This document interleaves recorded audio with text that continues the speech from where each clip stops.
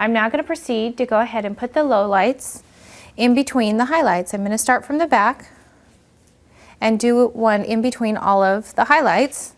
I'm going to start back here because this generally tends to be the darkest part on the top area of the hair. And I'm going to do these even finer than I did the highlights. And I'm going to do it in smaller sections so it works with the wider sections and helps to blend in. Doing a couple different techniques on one head helps sometimes to make it look more natural and make it more interesting. Again, I'm lightly putting it up at the root area and working it through the ends.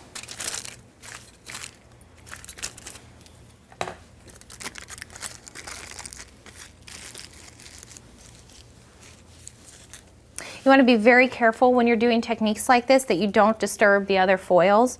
So I always gently move them around if necessary, but it's really best not to have to touch them at all.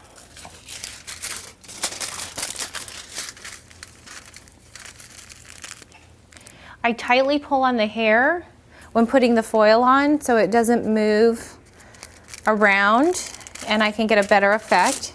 Make sure you get the color thoroughly on from top to bottom, otherwise you can be left with spots.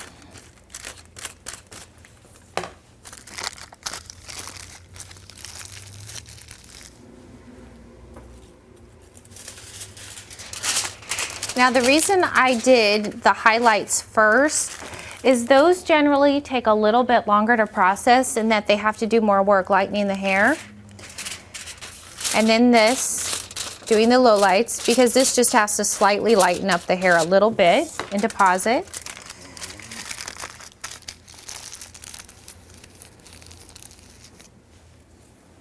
Carefully lifting up the foil.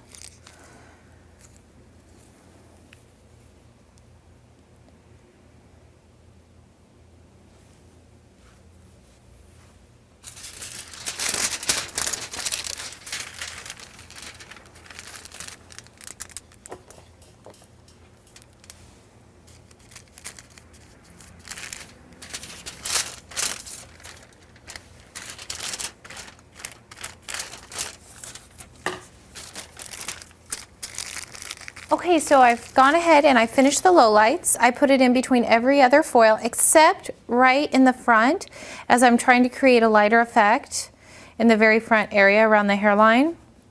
And now we're going to move on to putting the root color on in between the foils.